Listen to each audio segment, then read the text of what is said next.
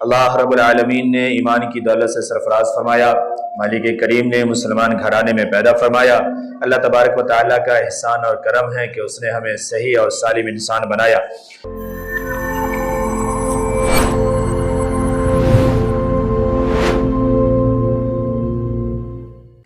آج ہمارے ساتھ اگر پریشانیاں ہیں، اگر دقتیں ہیں، تو اس کی ایک بہت بڑی نہیں بلکہ سب سے بڑی وجہ یہی ہے کہ آج ہم پورے طور پر دین سے دور ہیں، ہم پورے طور پر ایمان سے دور ہیں، ایمانی تقاضے سے دور ہیں۔ میں بار بار ایک جملہ کہتا ہوں کہ کوئی کسی فیکٹری میں ہو، صرف وہاں کا ڈریس پہن لے، اب وہ یہ کہے کہ ہم یہاں کے ملازم ہیں، ہمیں مکمل سیلری ملے گی، اور کوئی ہمیں کچھ نہیں کہے گا، تو کیا ایسا ہو سکتا ہے؟ نہیں ہو سکتا۔ صرف کوئی اگر وہاں کا ڈریس سلا لے تو ڈریس سلا لینے سے اس سے مکمل تنخواہ نہیں ملے گی، اس کو وہ پوسٹ نہیں ملے گا، اسے کمپنی کی جو سویدھائیں ہیں وہ نہیں ملے گی۔ صرف ڈریس کوڈ سے کچھ نہیں ہوتا، ڈریس کوڈ کے ساتھ ساتھ جو بھی ڈاکومنٹ کا کام ہے وہ بھی کرنا پڑے گا۔ اس کے بعد آپ کی جو سیٹ ہے اس سیٹ پہ بھی آپ کو بیٹھنا پڑے گا، آپ کو جو کام دیا گیا ہے اس کام کو مکمل کرنا پڑے گا۔ جب اس کام کو بندہ ادا کرتا ہے پھر وہ کمپنی کا آدمی کہلاتا ہے، فیکٹری کا آدمی کہلاتا ہے، کارخانے کا مالک کارخانے کا ذمہ دار یا ملازم کہلاتا ہے۔ اور پھر اس کی ایک ایک چیز کو دیکھی جاتی ہے کہ اس نے کتنا کام کیا ہے، کیسے کام کیا ہے، اس کے کام کی صفائی کیا ہے، ہر ایک چیز کو دیکھی جاتی ہے، تب اس کی تنخواہ طے ہوتی ہے اور تب اس کو اجرت ملتی ہے۔ ہم یہ سمجھتے ہیں کہ اللہ رب العالمین نے ہم پر سب سے بڑا احسان اور اکرام یہ کیا کہ ہمیں مسلمانوں کے محلے میں، مسلمانوں کے گھروں میں اور ایمان والے ایک خاندان میں پیدا فرما لیا، تو ہم یہ سمجھتے ہیں کہ اب سب کچھ ہمارا ہو گیا، یعنی ہم نے ڈریس پہن لیا ہے اگر، تو اب سب کچھ ہم جو چاہیں گے، جیسا چاہیں گے ویسا کریں گے۔ کیا ایسا ممکن ہے؟ نہیں ممکن ہے۔ صرف ڈریس پہن لینے سے، صرف اپنا نام مسلمان رکھ لینے سے، یا صرف مسلمان کے محلے میں گھر بنا لینے سے، یا تھوڑی دیر کے لیے جو ہمارے یہاں 2-4% مشکل سے بچے ہوئے ہیں ہمارے اپنے لباس اور ہماری اپنی شناخت، 2-4% کی بات میں کرتا ہوں، اگر اس 2-4% کے لوگ بھی، یا اس 2-4% پہ بھی اگر ہم یہ سمجھنے لگے کہ ہمارا اسلامی لباس ہے اور ہمارا مسلمانوں کا طور طریقہ ہے تو ہمیں مکمل کامیابی مل جائے گی، کیا ایسا ہو سکتا ہے؟ نہیں ہو سکتا۔ بھائی ایمان صرف لباس کا نام تھوڑی ہے، یا جنت اور جہنم کے جو فیصلے رب نے رکھے ہیں اور اللہ کی جو رضامندی ہے، یہ صرف ہمارے لباس کے اوپر تھوڑی ہے، ہمارے مسلمان کے گھر میں پیدا ہو جانے پر تھوڑی ہے، ہمارے ماں باپ مسلمان تھے اس لیے ہم جنتی ہوں گے ایسا تھوڑی ہے، یا ہمیں اللہ کی رضامندی مل جائے گی ایسا نہیں ہے۔ اس کے لیے ضروری ہے اور شرط ہے کہ ہم کلمے کو سمجھیں، کلمے کو زبان سے پڑھیں بھی، اور کلمے کے جو بنیادی تقاضے ہیں ہم ان تقاضوں پر عمل بھی کریں۔ میں نے بارہا قرآن و حدیث سے پڑھ کر کے یہ بات آپ کو سمجھائی اور بتایا کہ ایک مومن کامل جسے کہتے ہیں، وہ مومن کامل کے اندر 2 چیزوں کا ہونا ضروری ہے۔ مسلمان جسے کہتے ہیں اس مسلمان کے اندر 2 چیزوں کا ہونا ضروری ہے۔ بغیر 2 چیزوں کے ہم مومن کامل نہیں ہو سکتے، ہم مسلمان اصلی نہیں ہو سکتے۔ شکلن ہو سکتے ہیں، میں بڑی وضاحت سے کہتا ہوں، شکلن ہو سکتے ہیں، خاندان کے ہو سکتے ہیں، کھاتے میں ہو سکتے ہیں، محلے میں ہو سکتے ہیں، رب کے دربار میں نہیں ہو سکتے، جناب محمد رسول اللہ صلی اللہ علیہ وسلم کے امتی کے فہرست میں نہیں ہو سکتے، کم سے کم فرنٹ میں تو نہیں ہو سکتے۔ شاید کہیں پھر وہ والی حدیث سے کوئی اگر اٹھا کے لے آئے، من قال لا الہ الا اللہ دخل الجنہ، جس نے لا الہ الا اللہ پڑھ لیا جنت میں داخل ہو گیا، کوئی اگر یہ حدیث اٹھا کے لیا ہے تو اس کے مکمل ٹکڑے کو بھی پڑھنے کی ضرورت ہے، دوسری حدیث کو بھی دیکھنے کی ضرورت ہے کہ یہ ایک آخری آپشن ہے، نہ جانے اس سے پہلے کتنے سالوں کتنے برسوں جہنم میں جلنا پڑے گا، جہنم میں اپنے سارے چمڑے اور سارے گوشت سب کو خاک کرنے ہوں گے۔ وہاں بار بار قرآن کیا ہے، کلما نضجت جلودہم بدلناہم جلودا، کہ اس کے آگ لپیٹ جہنم کی تمام جسم کو، تمام چمڑے کو اس کے جلا دے گی۔ اللہ فرمانا پھر بدلا جائے گا، پھر چمڑا چڑھایا جائے گا، اور پھر جلایا جائے گا، پھر چمڑا چڑھایا جائے گا، پھر جلایا جائے گا۔ اس طریقے سے عذاب کا سلسلہ چلتا رہے گا۔ یہ سلسلہ نہ جانے کب تک چلے گا، اور چلتے چلتے تب کہیں یہ آخری فیصلہ ہوگا کہ یہ لا الہ الا اللہ کہا تھا، چلو نکال دو اس کو۔ ہم سوچے نا، ابھی سردی کا موسم، ہم نزلہ نہیں برداشت کر پا رہے، کھانسی نہیں برداشت کر پا رہے، ذرا سا بخار نہیں برداشت کر پا رہے، ابھی گرمی کا موسم گزرا، تھوڑی سی گرمی نہیں برداشت کر پا رہے تھے۔ دنیا کی آگ بڑی مشہور ہے کہ دنیا کی آگ، یہ جہنم کے آگوں کو جب 70 مرتبہ دھویا گیا تو یہ آگ ہے جو ہماری ہے، یہ 70 درجے کم کی ہے۔ یہاں کی جو سب سے خطرناک آگ دنیا کی آپ کہہ سکتے ہیں، جو سب سے خطرناک ہے، جو لوہے اور کوئلوں سے، پتھروں سے جلتی ہے، جو پیٹرولوں سے جلتی ہے وہ آگ، جو بڑی طاقتور آگ ہوتی ہے دنیا کی، وہ آگ جہنم کی آگ کے مقابلے میں 70% کمزور ہے. ہم اس آگ کے اڑوس پڑوس میں نہیں جا پا رہے.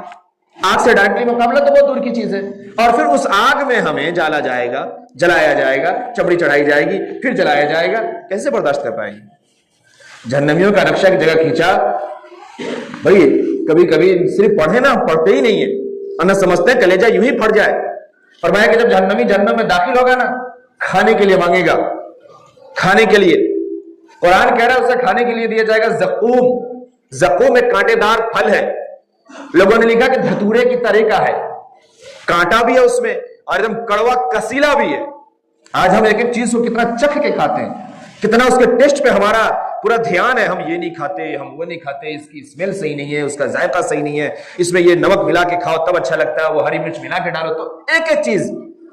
فرمایا زقوم کھانے کو ملے گا. بھوک کے مارے بندہ وہ بھی کھائے گا، ڈال تو لے گا منہ میں لیکن وہ حلق سے نیچے نہیں اترے گا. پھر حلق سے نیچے اتارنے کے لیے وہ پانی مانگے گا. فرمایا جہنم میں پانی نہیں ملے گا. جہنم میں جو پینے کے لیے دیا جائے گا نا، وہ جہنمیوں ہی کے جسم کو، جو ابھی کھال سنا نا، کھال جل رہی ہے، زخم لہو لہان ہو رہا ہے، پورے بدن میں زخم ہو رہا ہے، جہنمیوں کے جو زخم سے خون اور پیپ بہ رہا ہوگا نا، وہ جمع ہو رہا ہوگا، اور وہ بھی جہنم کی تپش کی وجہ سے کھول رہا ہوگا. وہ دیا جائے گا پینے کے لیے. بندہ پیاس کی شدت کی وجہ سے اور پریشانی کی وجہ سے اس کو بھی پینا گوارا کرے. اور اس کے بعد اگلی بات یہ ہے کہ جب بندہ اس کو پیے گا نا، یہ ہونٹ جل کر کے اور سڑ کر کے یہاں سینے پہ لٹک جائیں گے اور اوپر کا حصہ جھلس کے ماتھے پہ چڑھ جائے گا. یہ کیفیت ہے جہنم کی. ہم یہ سمجھتے ہیں بس یوں ہی کھیل اور تماشا ہے، ہم مسلمان گھرانے میں ہیں، اسٹیٹس لگا لیں گے کامیاب ہو جائیں گے، کبھی ضرورت پڑے گی تو گلی اور سڑک کو جام کر دیں گے کامیاب ہو جائیں گے. نہیں، میں یہ عرض کر رہا تھا کہ مومن کامل کے ہونے کے لیے اور مسلمان ہونے کے لیے دو چیزیں شرط ہے. آپ قرآن کو پڑھیں، جہاں بھی اللہ رب العالمین نے لفظ استعمال کیا ان الذین آمنوا یا والذین آمنوا، یا جو بھی لفظ استعمال کیا آمنو کے ساتھ میں اللہ رب العالمین نے تمام جگہوں پر لگ بھگ وعاملوا الصالحات کا استعمال کیا ہے، کہ جو ایمان بھی لایا اور پھر ایمان کے مطابق اچھا عمل بھی کیا. یعنی یہ نہیں کہ صرف ہم ڈریس پہن لیے تو ہو گیا، نہیں، آپ ڈریس پہنے ہیں تو آپ کی ذمہ داری ہے. ایک عام بندہ سفید شرٹ پہن کر کے یا سفید کوٹ پہن کر کے آپریشن نہیں کر سکتا. وہ سفید کوٹ یا وہ سفید شرٹ پہننے کے لیے خاص اس کی اتھارٹی ہے، خاص اس کی پڑھائی ہے، خاص اس کی محنت ہے، اس کی خاص ڈگری ہے. اس کے بعد ہی وہ بندہ اس کو پہنا ہے اور پہنتا ہے، اور پھر جب وہ پہنے گا تو اس کی ذمہ داری ہے کہ وہ آپریشن کرے گا، اور پھر وہ آپریشن کرے گا تو اس کی ذمہ داری ہے کہ وہ انسان کو اپنے جیسا انسان سمجھ کر کے اور مکمل صحیح طریقے سے آپریشن کرنے کی کوشش کرے گا. تب اس کو وہ اس کو ڈریس ملا ہے. ایسے ڈریس تھوڑی ہے کہ کوئی بھی پہن لے اور جو چاہے جس کو آپریشن کر دے یا کسی کا علاج کر دے. ایسا ممکن ہے؟ کیا یہ نیم ہے؟ کیا یہ قانون ہے؟ نہیں ہے. تو ایسے ہی اگر ہم صرف ایمان والے گھر میں ہیں یا ایمان والے اپنے کو کہتے ہیں تو ہم یہ سمجھے کہ ہم کامیاب ہیں یا ہم کامیاب ہو جائیں گے. یہ بالکل ہماری غلط فہمی ہے. ہم خامہ خیالی کی زندگی جی رہے ہیں، ہم دھوکے کی زندگی جی رہے ہیں. شیطان ہم پر قابض ہے، ہم اپنے نفس کے اور ہوس کے غلام بنے ہوئے ہیں اور ہم اعمال سے دور ہیں، دین سے دور ہیں. دو چیزیں شرط ہے، ان الذین آمنوا وعملوا الصالحات، کہ دیکھو ایمان بھی ضروری ہے، یعنی دل سے اور زبان سے ماننا اور اقرار کرنا بھی ضروری ہے، اور ماننے اور اقرار کرنے کے بعد اس کے مطابق عمل کرنا بھی ضروری ہے. جب ہم عمل بھی کریں گے تو پھر ہم سچے پکے مسلمان اور مومن ہوں گے. قرآن میں بھی یہ چیز ہے، آپ پڑھے، میں بارہا سناتا ہوں. حضرت ابراہیم علیہ السلام دعا مانگ رہے، خانہ کعبہ کی تعمیر ہو رہی ہے. ابراہیم اور اسماعیل علیہ السلام دونوں باپ اور بیٹے، دونوں نبی، دونوں خانہ کعبہ کی تعمیر کر رہے. دعا کیا مانگ رہے؟ ربنا وجعلنا مسلمین لک ومن ذریتنا امۃ مسلمۃ لک. دونوں باپ بیٹے دعا مانگ رہے، اے اللہ ہم دونوں کو مسلمان بنا دے. وجعلنا مسلمین لک، ہم دونوں کو مسلمان بنا دے. ایک عام آدمی، ایک بہت نیچے سطح کے آدمی بھی آپ سوچئے، ابراہیم علیہ السلام بھی نبی ہیں، اسماعیل علیہ السلام بھی نبی ہیں، کیا معاذ اللہ یہ دونوں مسلمان نہیں تھے؟ دونوں خانہ کعبہ کی تعمیر کر رہے ہیں، کیا دونوں مسلمان نہیں ہیں؟ خانہ کعبہ کی تعمیر کب ہو رہی ہے؟ کب نمرود کے گھر سے نکل چکے ہیں؟ کب آپ نے شہر بابل کو کراس کیا ہے؟ میں اس واقعے پہ نہیں جانا چاہتا. کب آپ عراق ہوتے ہوئے دوسری شادی آپ کی ہوئی ہے، پھر دوسری شادی سے حضرت اسماعیل ہو رہے ہیں، پھر لے جا کے مکے میں چھوڑا ہے، پھر وہاں پہ پوری تاریخ آپ جانتے ہیں جو قربانی کے موقع پہ ہم لوگ سناتے ہیں اور دہرائی جاتی ہے اس قانون کو۔ اس کے بعد اب حضرت ابراہیم اور اسماعیل دونوں مل کر کے خانہ کعبہ کی تعمیر کر رہے ہیں۔ کہ اب تک یہ دونوں مسلمان نہیں ہیں؟ نہیں، حقیقت کیا ہے؟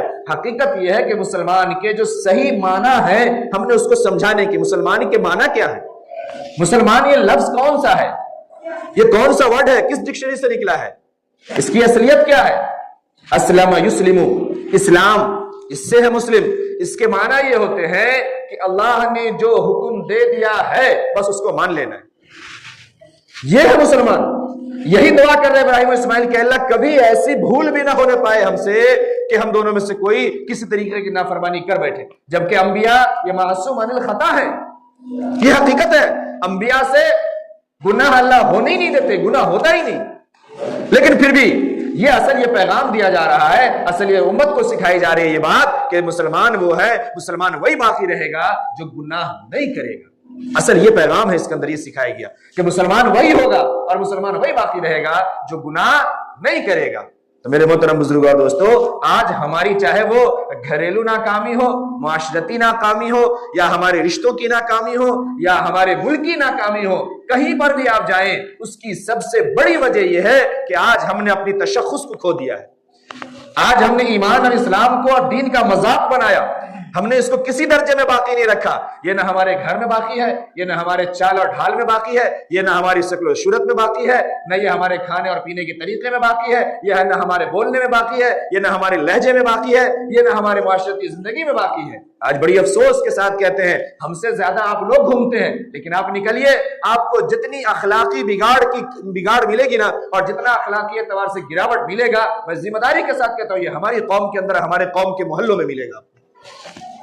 ہمارے قوم کے محلے کا حال یہ ہے، اپنے گھر کا کوڑا اٹھا کے پلک جھپکتے دوسروں کے سامنے ڈال دیتے۔ غیروں کے یہاں آپ جائیے آج صبح شام، بہت دور میں بار بار کہتا ہوں بہت دور نہیں، صبح کسی دن اگر آپ کی صبح ہو جائے، اگر آپ کی صبح ہو جائے، کیونکہ آپ کی صبح 8 بجے ہوتی ہے، اس کو صبح نہیں کہتے ہیں، اگر کسی دن آپ کی صبح ہو جائے فجر کے وقت میں، تو ابھی زیادہ دور نہیں، اپنے گلی کے دوسرے محلے میں نکل کر کے آپ اگر دیکھیں کہ وہاں کے لوگ کیسے صبح اٹھے ہوئے ہیں اور اپنے صحت کا خیال رکھ رہے ہیں اور اپنی صفائی کا خیال رکھ رہے ہیں اور اپنے گھر کے آگے تک کی مکمل سڑکوں کی صفائی کرتے ہیں۔ ہمارے یہاں تو جس کی ڈیوٹی ہے وہی کرے گا، چاہے وہ ہفتوں میں نہ آئے، کوئی فرق نہیں پڑتا ہے، اپنے گھر کا نکال کے دوسرے کے آگے ڈال دیں گے۔ آج بہت جگہ آپ چلے تو محلے کی پہچان یہ ہو گئی ہے کہ اس طریقے کی سڑکیں ہیں، اس طریقے کی یہاں پہ بدبو ہے، اس طریقے کے حالات ہے، اس کا معنی ہے کہ یہاں یہ فلانے لوگ رہتے ہیں۔